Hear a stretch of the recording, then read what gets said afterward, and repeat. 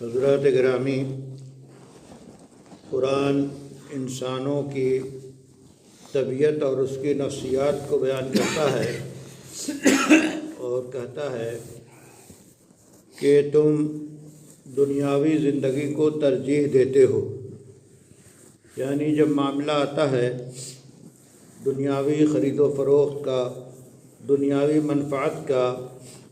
انسانی نفس کے تقاضے کی تکمیل کا، تو تم دنیا سے لبھا جاتے ہو اور یہ چاہتے ہو کہ اسی دنیا کی اس لذت سے فائدہ اٹھائیں اور اس دنیاوی منفعت کو ترجیح دیں اور اسی کو کر لیں اور انجام دے لیں۔ تو یہ تمہاری حقیقت ہے جس کو قرآن بیان کرتا ہے، بل تؤثرون الحیات الدنیا،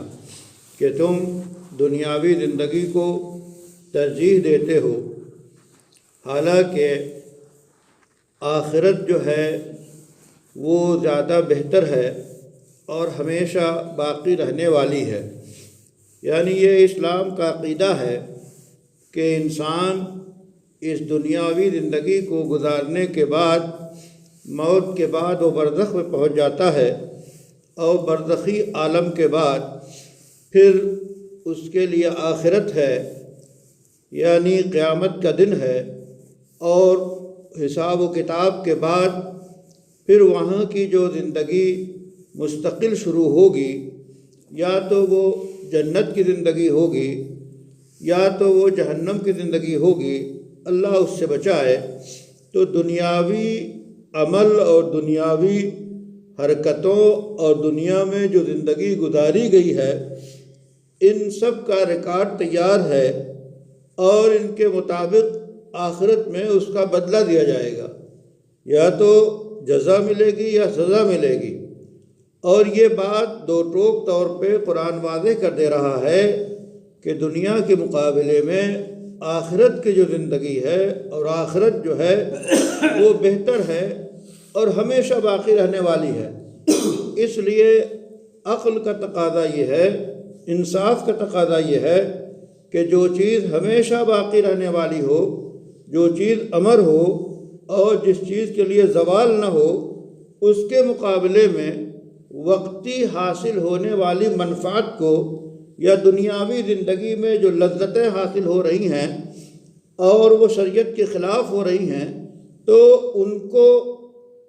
جو ہے نفس پہ کنٹرول کر کے عقل کے تقاضے کے مطابق، شریعت کے مطالبے کے مطابق اسے روک دیا جائے، اور اس کے مقابلے میں جو آخرت کی زندگی بتائی جا رہی ہے کہ جو عمل آخرت میں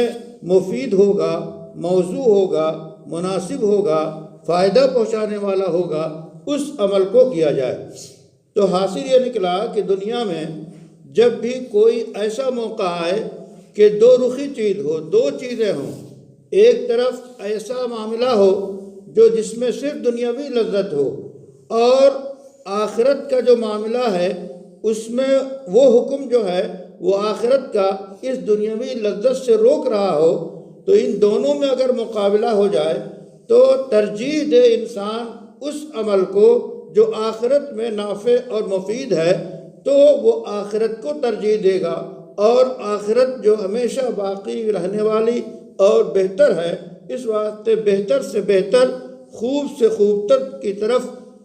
جو ہے رواں دواں رہنا چاہیے، اور دنیاوی زندگی کو ایسے وقت میں جو ہے وہ مرجوع یعنی